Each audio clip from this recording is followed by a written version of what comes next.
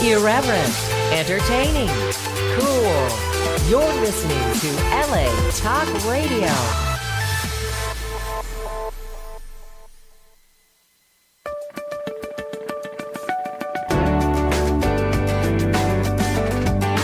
You're listening to What Women Want with Judy Goss, only on LA Talk Radio. Good evening, everyone, and thank you for tuning in once again to What Women Want Talk Radio for our show tonight, Building Brands into Billions. And that is exactly what our guest tonight did in 3 years, no less. Ms. Alexandra Wilkis Wilson, one of the co-founders of Gilt. Remember Gilt? And I'm excited to hear about her next venture. We're going to hear her new news in just a few minutes. In the meantime, I'm your host. Hello, Judy Goss, along with my amazingly talented co-host, Kristin West. 3 years of airing What Women Want here on LA Talk Radio. Oh my gosh, I want to thank all of you, our listeners, for getting us to over 750,000 downloads so far. Yay! We enjoy so much every show and hope you do also. Some captivating conversations, let me tell you. If you want to listen to past shows, go to LA Talk Radio's website archives. It's latalkradio.com. You might be listening right now on it.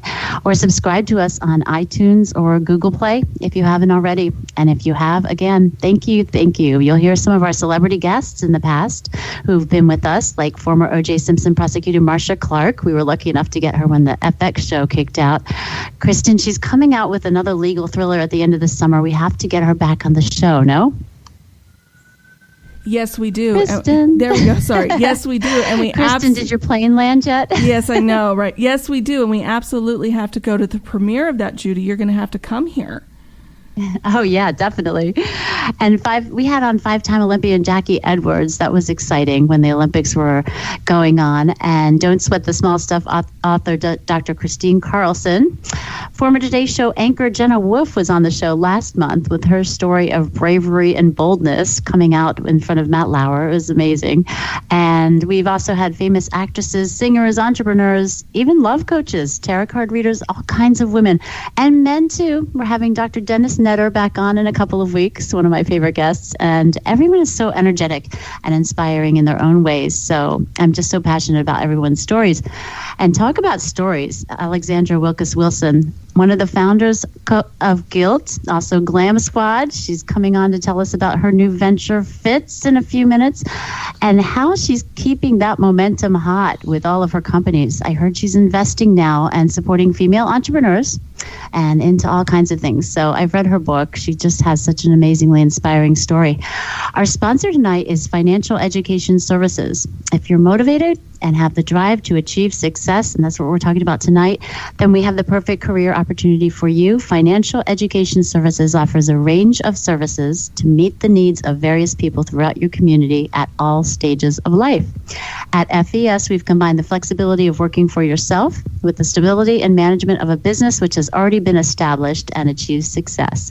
You don't need to invest a bunch of money, store inventory, or learn the technology behind our advanced financial programs. You just need the motivation and work ethic.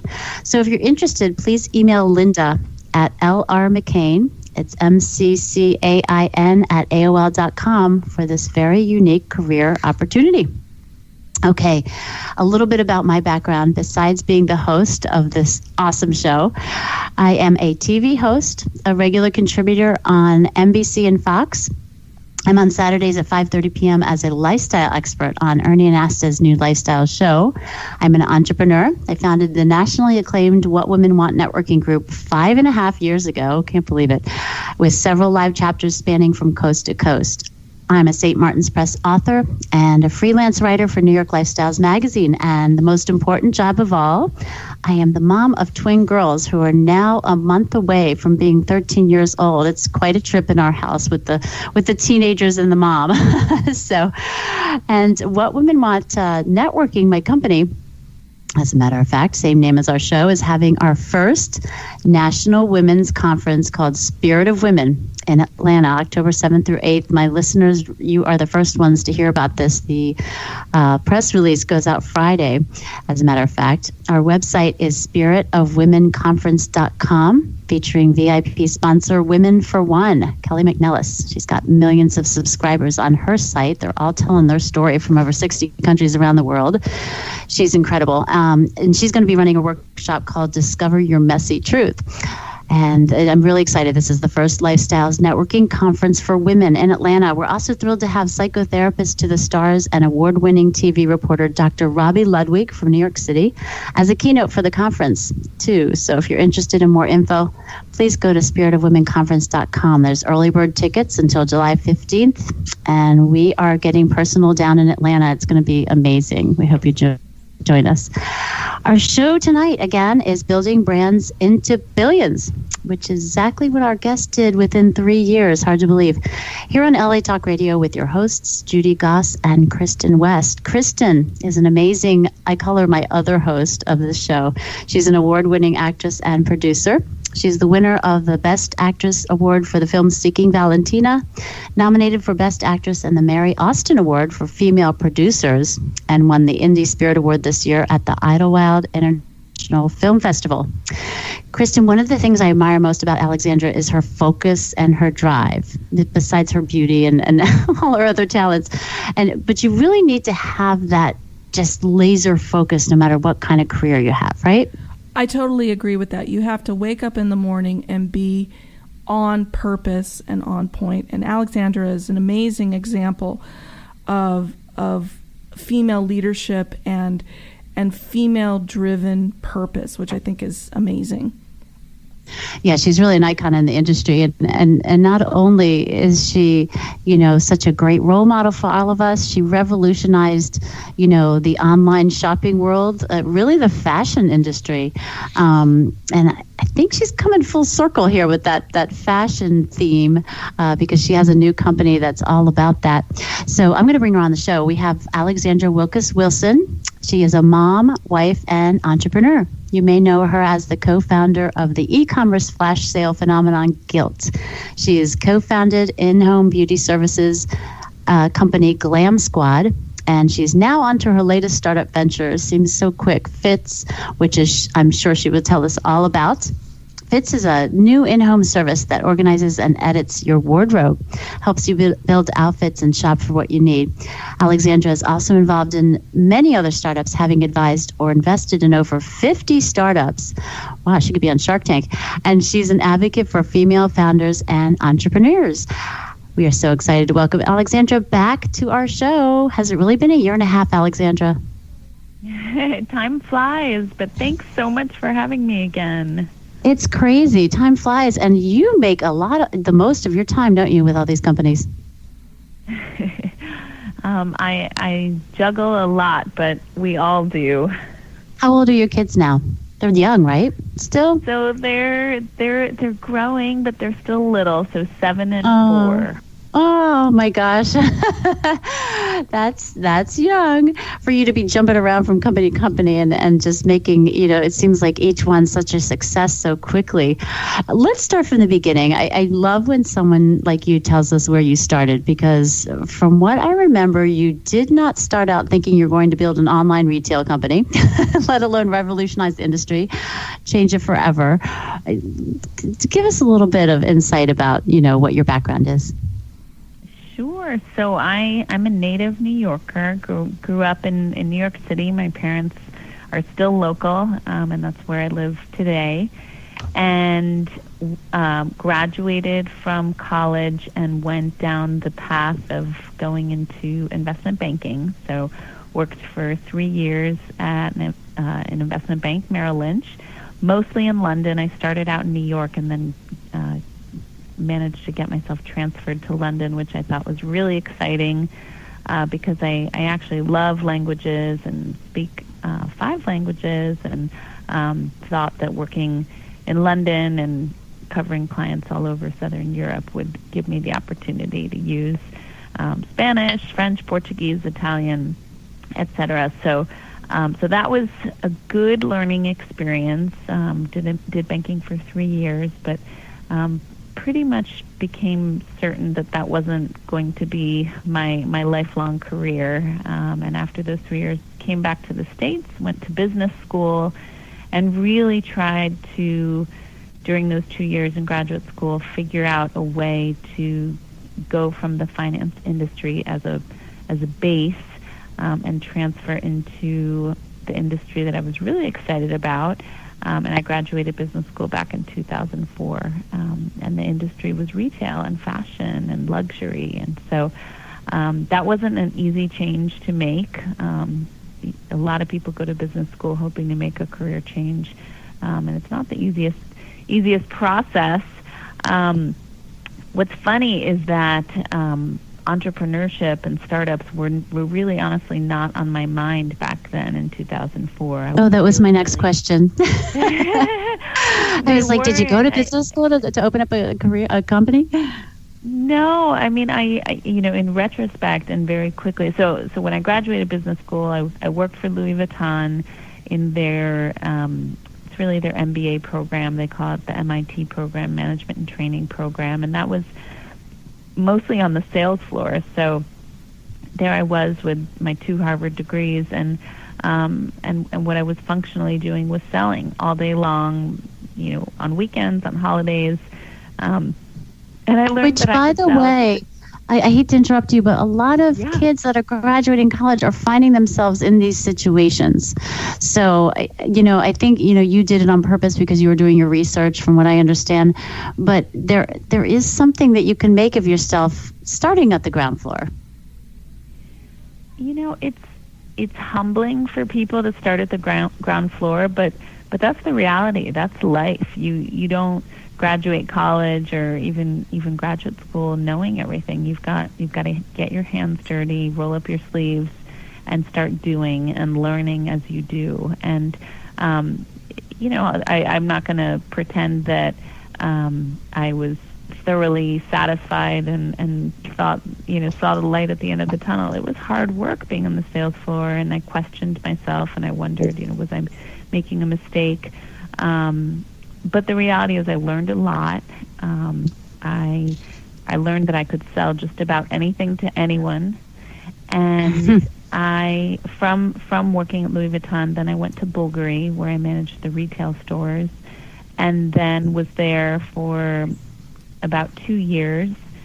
And then from there went on to I'm sorry, can you hear me okay?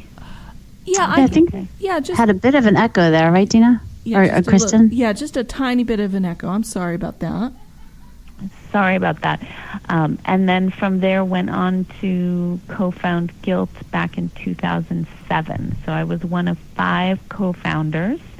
One of the other ones who Judy, you've met us together, was her name's Alexis Maybank, and she's amazing. She is amazing. She was and is one of my best friends. We're still super, super close. And that's good to hear.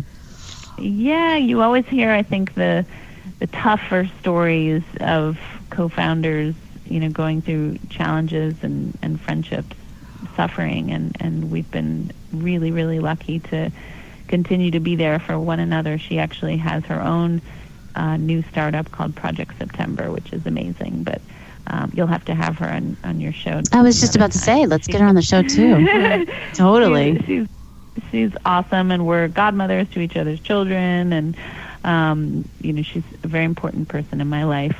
And so Alexis was one of the other co-founders, and there were 3 others, 2 engineers and a man named Kevin Ryan. And the 5 of us came together in 2007 with the very ambitious idea of taking what we loved, and I still love today as a consumer, taking the excitement of a New York City sample sale and bringing that excitement online in what is now known as this flash sale format.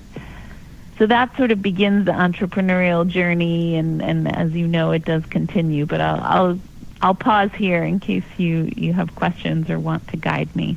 Well, sure. I think so much of what you've done is so interesting and compelling, and I want to talk about Fitz, because when I read the concept of this, I have to tell you, as a person who goes through a lot of clothes, being on red carpets, just appearing, and just even in day-to-day life, I find keeping up my closet a chore. And I love this idea of Fitz. Can you tell our listeners more about it and what inspired it? Sure. So the company is called Fitz, F-I-T-Z. The website is Your Fitz, Y-O-U-R-F-I-T-Z, and same with all our social media. And basically what we do is send 2 highly trained fashion stylists into a client's home. And in this experience, our stylists will get to know the client. They will see the actual space of the client's closet or closets, their drawers, their shelves, understand their lifestyle, and then they will remove everything from the closet, start editing it with the client. If the client wants to be super involved, that's fabulous. If the client is not interested in being super involved throughout the appointment, that's fabulous too. We're super flexible. Some of our clients are busy and don't have time to be involved in a 3-hour in-home appointment. And our stylists will help the clients edit pieces out of their wardrobe that maybe need to be donated, or we also can facilitate reselling for clients. So we work with a luxury partner, and we work with another partner to help resell the client's clothes and accessories. All the client has to do is say, yes, they want to resell something, and they sit back and they get a monthly check in the mail, which is really awesome. We'll help clients with things like tailoring and sending items to the cobbler, all through lots of partnerships that we have in place. And we're serving this time-starved woman and man and even children, people who don't have a lot of time, who are excited to have experts come in, help organize them. And then beyond the organizing, we can help to style clients and put outfits together. If you have a special event, such as you mentioned, a red carpet event, that's really important. Or maybe you're going to a wedding, or maybe you're going to a birthday party, or you have a job interview, or you just got promoted in your job, or you just lost a lot of weight or gained a lot of weight. All these different moments where you might need the advice of an expert to help you put outfits together, help you dress for your lifestyle, for your body, for your price point. Our stylists aren't paid on commission, so they're not there to be pushing our clients to be spending tons of money. If a client says, I want to splurge on a handbag, that's great. We can give you advice on that. If they say, just want some summer things, but I like shopping at stores like Zara and H&M, that's great too. We can guide our clients through any part of the shopping, the reselling, and the styling journey. That's astounding that you have that level of service that can be so particularized to the specific client. One of the things that I think this kind of business model depends on is partnerships, and you've managed probably to create several partnerships to bring this all together. Is that a product of the networking that you've done over the years? Because you talked in Fortune magazine about the importance of networking. Was this something that all of these partnerships, how did you build those? How do you know a quality partnership when you see it, or a fit for Fitz? Well, I really believe in building relationships and maintaining relationships. So I think no matter what you do in life, whether you're an entrepreneur, you're a corporate executive, you're a stay-at-home mom, relationships are really, really important, and we all need to rely on the networks around us. In the case of our Fitz partnerships, yes, existing relationships for many years did play a part. So Linda Stuff, which is one of our resale partners, she's an amazing entrepreneur herself. She sells about $25 million a year on her eBay store, which is a huge operation in Pennsylvania. I've actually gone and visited the operation myself with Linda Lightman, who's the founder. She's someone I've known for many years, since my Gilt days. So that was an existing relationship, and I called her up and I said, look, we're starting this company, and I really think we're going to need a resale partner, and we'd love to figure out a way to work with you. And she was amazing and very accommodating. On the other hand, we work with a company called Leather Spa, which is very well known and prestigious for cobblering things like shoe repair and bag repair in New York City.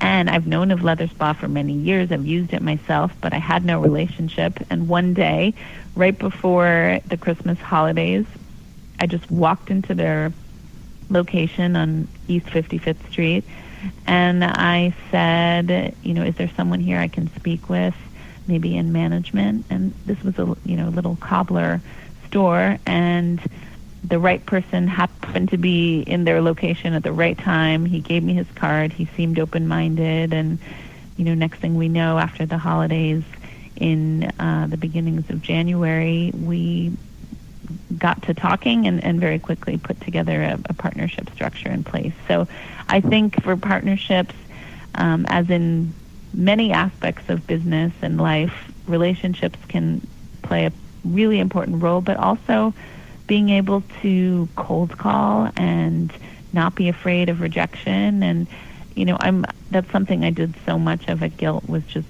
reaching out to brands that we wanted to sell on Gilt.com, and I was never offended if a brand never called me back or didn't email me back. I just loved the thrill of the chase and the hustle and not taking no for an answer. And I think that kind of mentality is really important for things like business development and partnerships too. We're also super picky at Fitz, so we want the best of the best, and we wouldn't partner with a brand or a company that we didn't believe in, that I didn't use myself, that our stylist didn't test out themselves. So it's not only relationships, but of course it's also quality and a lot of vetting. One thing I forgot to mention in talking about Fitz is that we're relatively affordable. So this is the type of service that the super wealthy or famous people would maybe have access to, but we're really trying to target professional women who wouldn't normally know where to turn to for this kind of expertise. So we offer this 3-hour service for $300 in New York City. And if you live in the suburbs of New York, so if you live in New Jersey or Connecticut or Westchester or Long Island, we charge a $100 travel fee to get our 2 New York stylists out to your local community. But it's a really affordable service, $300 for 3 hours with 2 expert stylists. At first I thought I didn't need something like this, but as you're talking, I'm mentally going over the picture of my incredibly unorganized closet of disarray and bags that I haven't used for years that have, couture names on them and all kinds of things that I could actually pay for, probably easily cover the service charge that, by the resale and all that. I think that's just brilliant that you have that and that you incorporated that into it, because that's a big business, with people getting rid of their things and then saying, now what are we going to do with them? Because a lot of people have, these high-end labels and they don't know what to do with them. And sometimes giving them away, is just, I don't know, they want to, get their money back somehow, because it was an investment, right?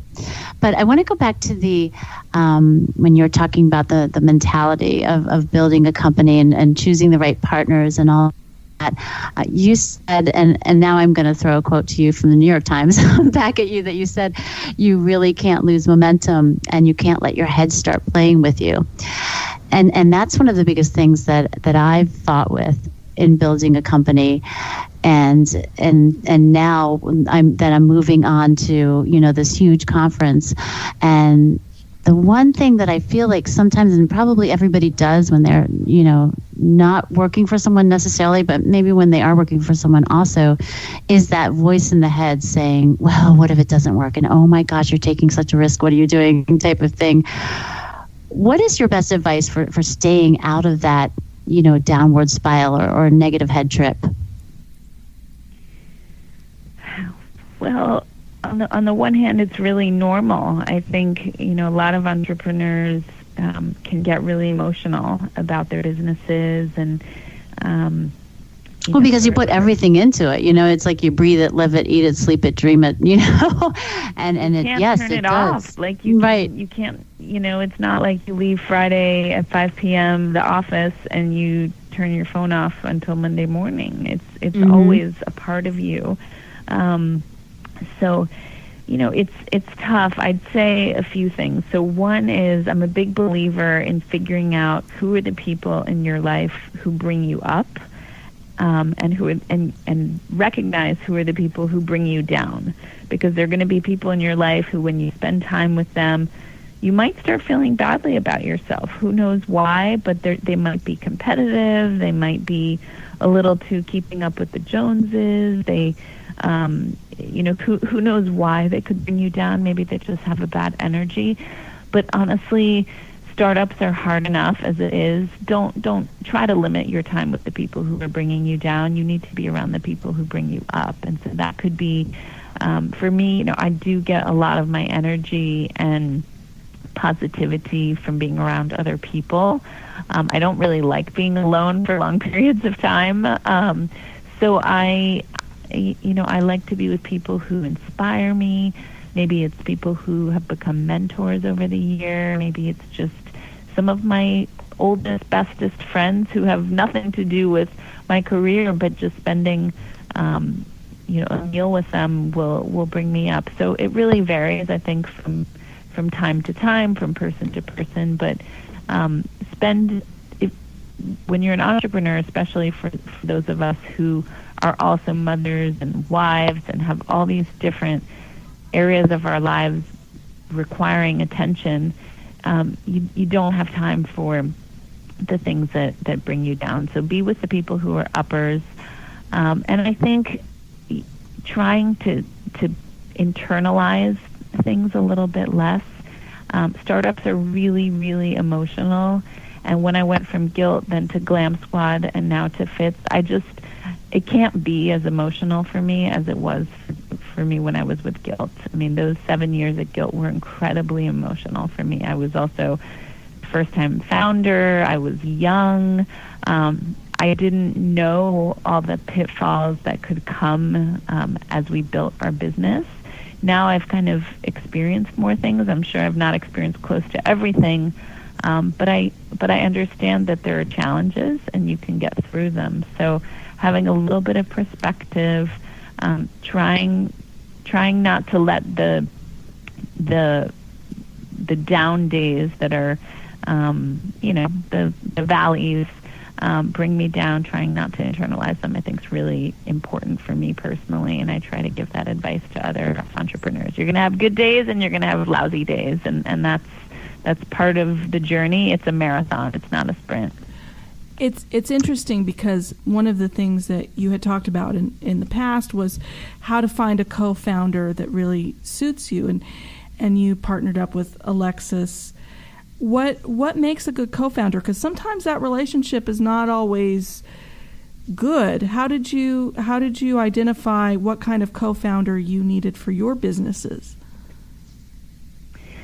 So I think when one is thinking about co-founders or even really early team members, doesn't matter what you call them, but when you have these types of teams and partnerships, there are a few things I would say. So one is you should really be true to yourself and recognize what you're good at and recognize what you're not so good at. And sometimes it's areas that you're not good at. It could also be areas that you're just not excited about doing. And try to find someone who's a good balance to that. So whatever your business is, make sure that you have all areas covered. If there's a marketing component, if there's a sales component, if there's a technology component, operations, etc. No one's good at everything. It's pretty rare to find someone like that. So try to find someone whose skill sets are well balanced, but also their personality. So it's human nature, I think, sometimes to hire people and gravitate towards people who are similar, but it's actually really important to have diversity on the team. So Alexis and I, for example, even though we are really good friends and had so many things in common, our personalities are pretty different. and that was a positive. So she is, in my opinion, more visionary, forward-thinking, big picture, whereas I like to be a little bit more into the details and the operations and checking off the to-do list of getting things done. I think over time we've probably morphed more into each other, and now she can get more into the details and I can try to think more big picture. But initially that's how we started off. I think also understanding what people's values are, what stresses them out, what their end goal is. I think when startups have challenges with co-founders, it's sometimes because there's something that's not in alignment. It could be that the founders have different visions of success, and that's really important to talk about, and to really be able to communicate well with someone. I think it's also important to know your co-founder and know your team members as much as possible. You want to know them in the good times, but especially in the bad times. How are they going to handle challenges? How are they going to handle stress? Because I've never heard of a startup that doesn't have a lot of stress. So you should just know going into it, it's going to be hard work. Most startups fail. Most startups have a hard time getting funding. And if you kind of know that and you're still passionate and still want to launch this business, then I'm sure you'd be on to something. Do you ever worry about keeping up the momentum of what you're doing? Now, I feel like you have the Midas touch, right? You have a lot of successful companies. You build them and move on to the next new thing, and you're supporting so many female entrepreneurs out there with your investing. Do you ever feel like, are you worried about, the momentum slowing down in one or two of your companies or for yourself, or does that ever come across your mind? Sure. I'm human, just like all of us. So I think that... I guess I'm asking, how do you keep it up? How do you keep it going? How do you keep it moving? How do you keep motivated? How do you keep kind of spinning those balls?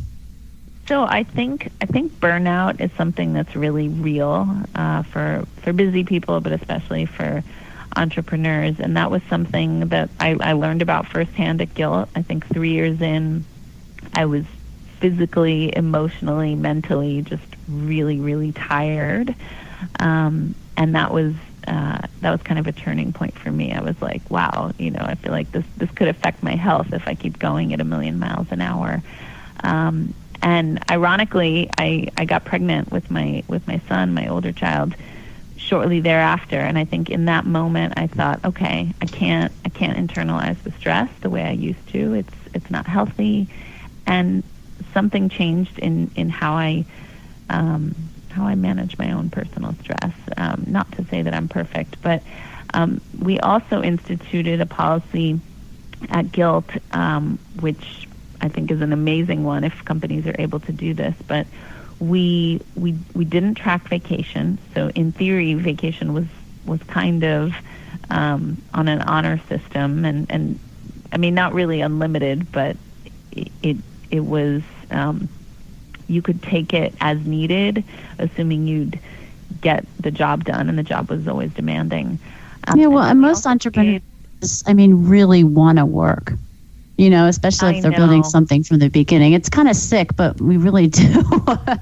I know we get addicted. It's really an addiction to the idea, to the execution, to the. It goes in kind of, it ebbs and flows, but it's an excitement, it's an adrenaline, and I think for people who've never felt that excited about their job, and the job is sort of like, yep, I go to work, check the box, take my paycheck, and then I have my life. For people in that boat, and I was in that boat, don't get me wrong, it's hard to even imagine the addiction of a startup and the frenetic pace and the excitement of it.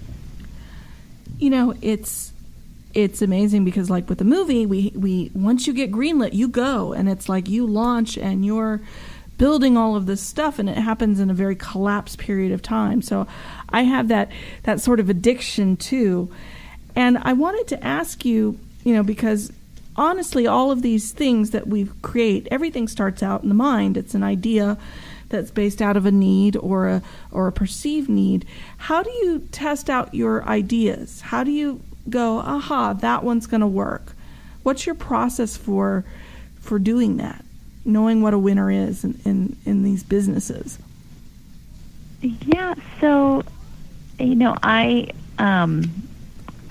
like to think about ideas all the time, and usually the ideas come from personal experiences and personal pain points in my own life. So I've always loved to shop for luxury brands at great value. That's kind of part of my DNA. I learned this type of shopping from my mother and my grandmother, and it was always something that brought me excitement and joy, and was something that was fun for me. So the idea of Gilt was sort of bringing that type of experience online in a beautiful way and giving access to people all around the country and later all around the world, this type of access.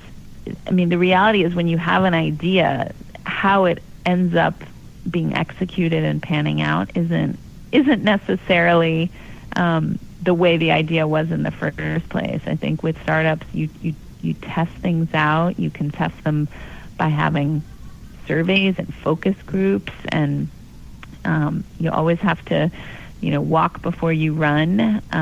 Very, very few startups start out huge from day one. You kind of do these little experiments and tests, and a lot of startups don't begin with a lot of funding, so you have to be frugal with your testing and your decisions and your marketing and your getting the word out, etc. Then GlamSquad, that also came from, I recognize this personal pain point of I'm busy, I don't have a ton of time. I truly feel better about my appearance when my hair is done. Not very good at doing my own hair. And the idea of having someone come to your home for an affordable price to blow out your hair early in the morning before work or in the evening before some sort of important event, that was incredible. I was so excited to be part of a business that would scale that. And now Fitz, I live in New York City. We have small closets in New York City. I don't live in a huge house with endless closet space. And, managing that closet space for myself and for the whole family, that's, something that's always been a part of my life as a born and bred New Yorker. So I understand this pain point for myself, and not every pain point I have should turn into a business, that's for sure. And there are a lot of amazing businesses out there that have nothing to do with me as a consumer. But that's sort of how it thus far has worked for me in terms of getting excited about building a team around an idea. Well, the power of what you've been able to build is even evidenced in language because, I was just kind of surfing through Instagram today, and I have friends who, need the services of places like Fitz and GlamSquad. And, someone will go on Instagram and they'll say, here's me and my GlamSquad getting ready for whatever event. So what you've really done is also, besides building the structure of the business and identifying the need, you've really also named and branded these businesses in very creative and I would even say iconic ways because people are using it in language and in common parlance. How does that feel for you?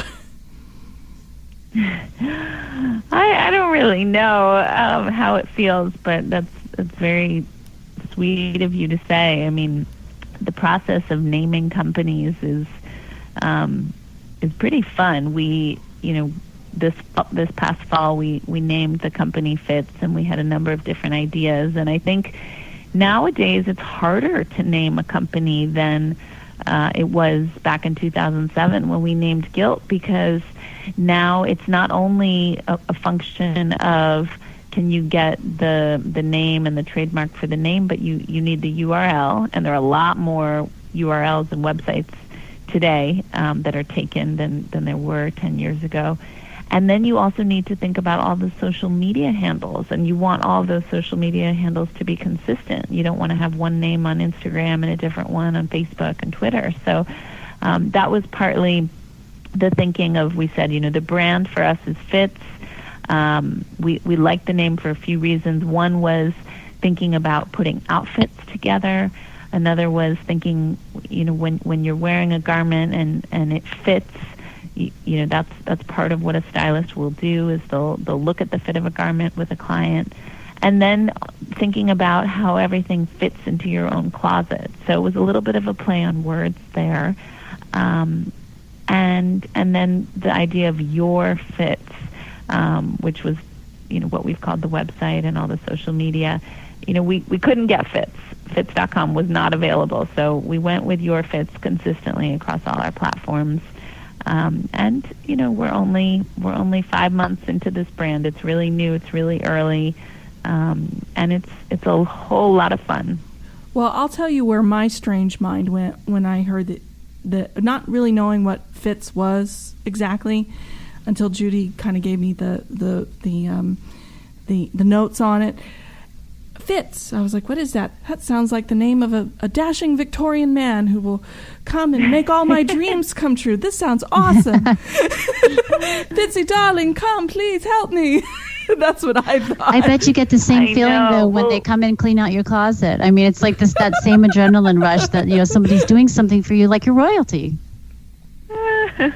We did at one point think of a similar kind of idea in our mind, and we thought maybe we could play with the logo with a bow tie or something for this Fitz personality, but we couldn't really make that work so much. So, but it's funny to hear a lot of people have that similar reaction of like Fitz as this almost like, whether it's a dashing gentleman or a butler or something, maybe British sounding. But yeah, naming companies is fun, and you can get input from people. I love using SurveyMonkey.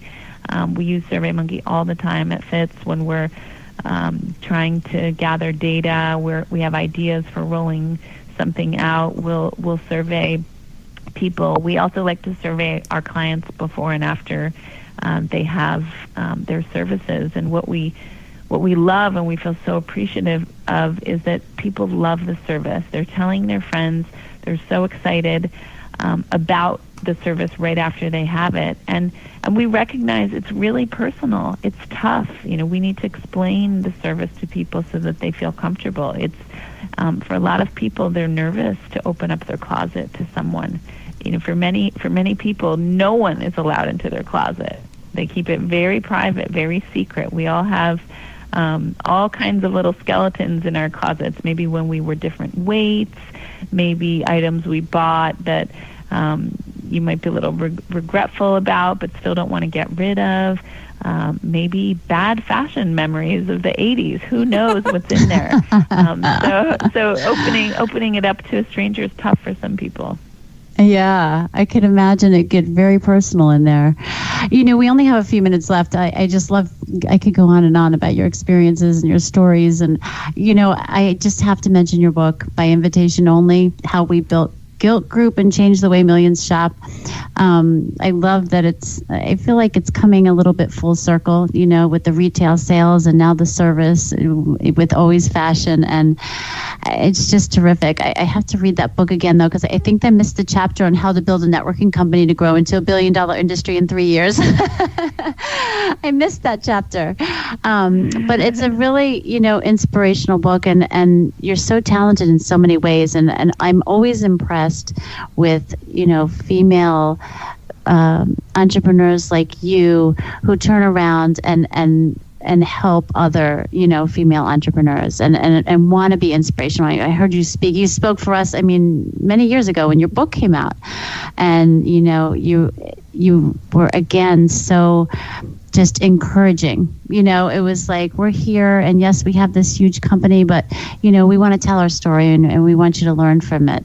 So congratulations on that.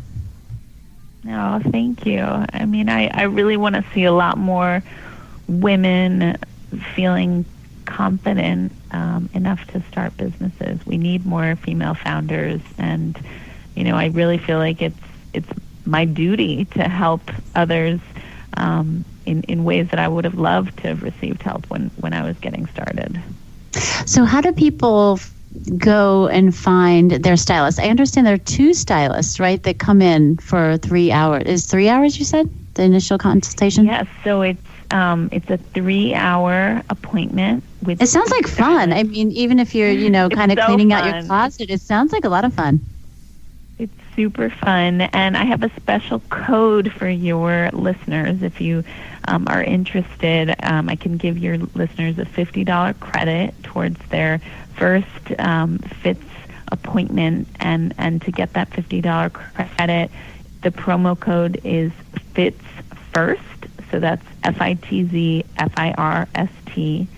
And if you go to the website, which is yourfitz.com, you can click on the booking tab and enter the promo code Fitz First.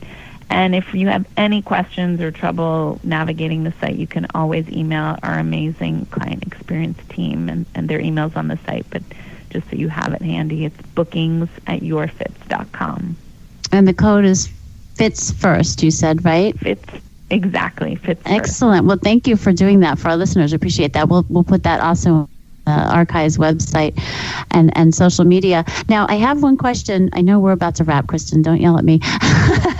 I just have a quick question about, do you need to tell them ahead of time, what the stylists are doing? Do they come in and you kind of talk about what you need, where you're at, or how does that work?